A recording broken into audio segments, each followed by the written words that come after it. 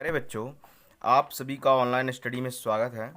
आज हम कुछ इम्पोर्टेंट क्वेश्चन करेंगे। जो पहला क्वेश्चन लिखा हुआ है आपका, एक आयताकार कागज का साइज है जो 100 सेंटीमीटर लंबा 44 सेंटीमीटर चौड़ा है।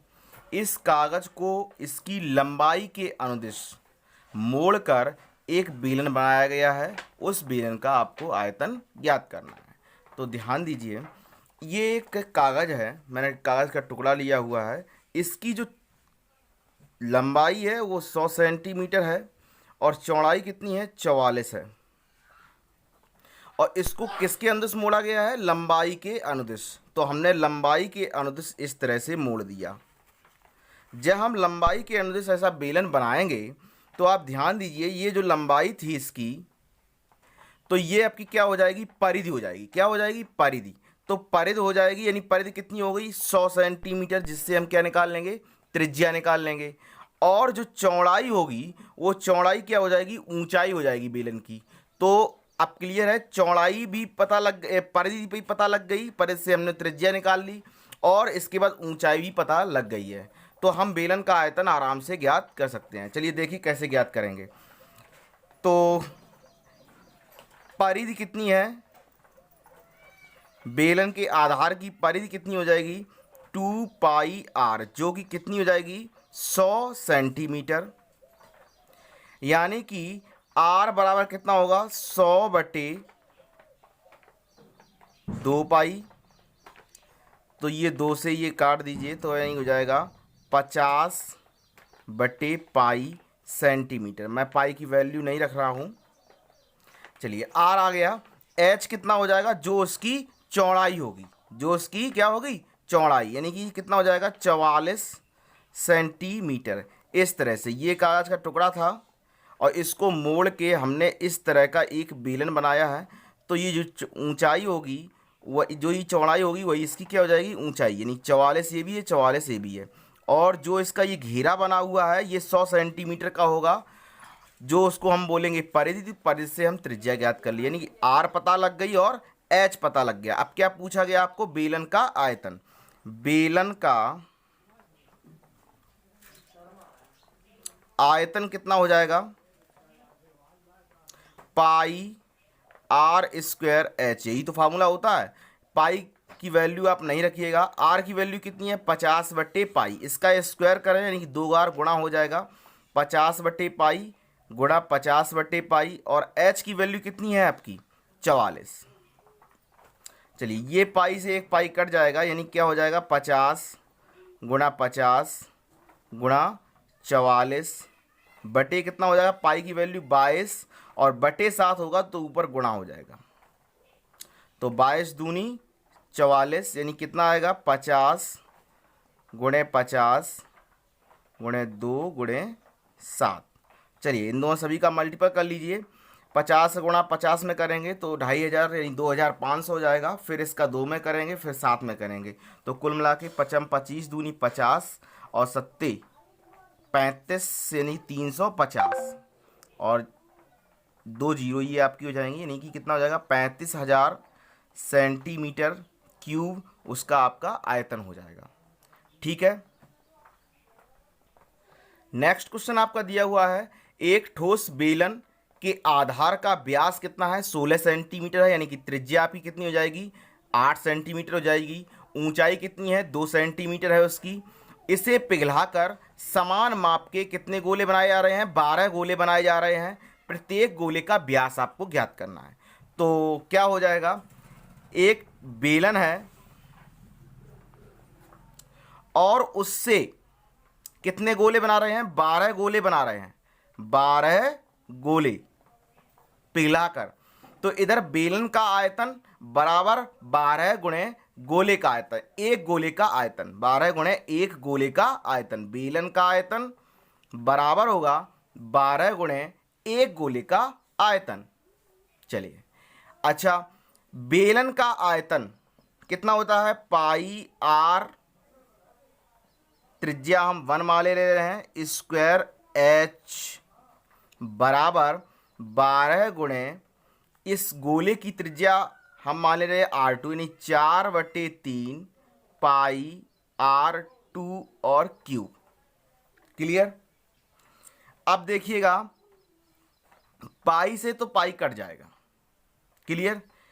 3 से ये कट जाएंगे, 3 चौके 12, यानी बचा कितना, R1 स्क्वायर। R1 कितना होगा, यानी R1 का मतलब बेलन की त्रिज्या कितनी हो जाएगी, 8 सेंटीमीटर, यानी ये हो जाएगा 8 का स्क्वायर गुणा h कितना होगा, ऊंचाई आपको दी गई है 2, बराबर कितना हो जाएगा, 4 गुणा 4 यानी कि 16 R2 क्यूब। ओके। R2 हमने गोले की त्रिज्या मानी है, जो छोटे छोटे गोले बनाए गए हैं, और R1 हमने बेलन की त्रिज्या मानी है। बेलन की त्रिज्या आपको गिवन है, क्योंकि व्यास दिया गया है 16 सेंटीमीटर, त्रिज्या आपकी हो जाएगी 8 सेंटीमीटर, और ऊंचाई आपको 2 सेंटीमीटर दी हुई है। तो हम क्या करेंगे, 8 अट्ठे 64 गुणे 2 बराबर 16 R2 क्यूब। ओके।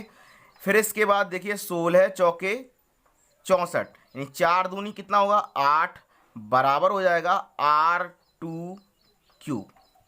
दोनों पक्षों का हम जब घनमूल लेंगे तो R2 की वैल्यू कितनी आएगी, 2 आ जाएगी, 2 सेंटीमीटर, क्योंकि 8 का घनमूल 2 हो जाएगा और R2 क्यूब का घनमूल R2 होगा। आपसे पूछा क्या गया है, लोग अक्सर गलती कर देते हैं कि गोले का व्यास पूछा गया, हमने त्रिज्या ही निकाल के छोड़ देते हैं। वैसे गोले का व्यास कितना होगा, 2 गुणे त्रिज्या। कितना होगा, 2 गुणे त्रिज्या, यानी कि 2 गुणे त्रिज्या की वैल्यू कितनी है, 2, यानी कितना हो जाएगा व्यास, 4 सेंटीमीटर होगा। किसका व्यास, गोले का व्यास, जो आपके छोटे छोटे गोले बनाए गए हैं। ठीक है। नेक्स्ट क्वेश्चन आपका दिया हुआ है, यदि एक गोले, एक शंकु, एक बेलन, जिनके व्यास तथा ऊंचाई समान है। देखिएगा, एक आपका गोला है, ये आपका गोला हो गया, फिर एक शंकु है, शंकु, ध्यान दीजिएगा, एक क्या है, शंकु है, फिर एक क्या है, बेलन है। तो हमने एक ये बेलन बना दिया। अब क्या बोला गया है, इसकी त्रिज्या और ऊंचाई समान है। अच्छा, इसकी त्रिज्या कितनी हो जाएगी, हम मान लेते हैं R है, इसकी त्रिज्या कितनी होगी, R होगी, इसकी त्रिज्या कितनी होगी, R हो जाएगी।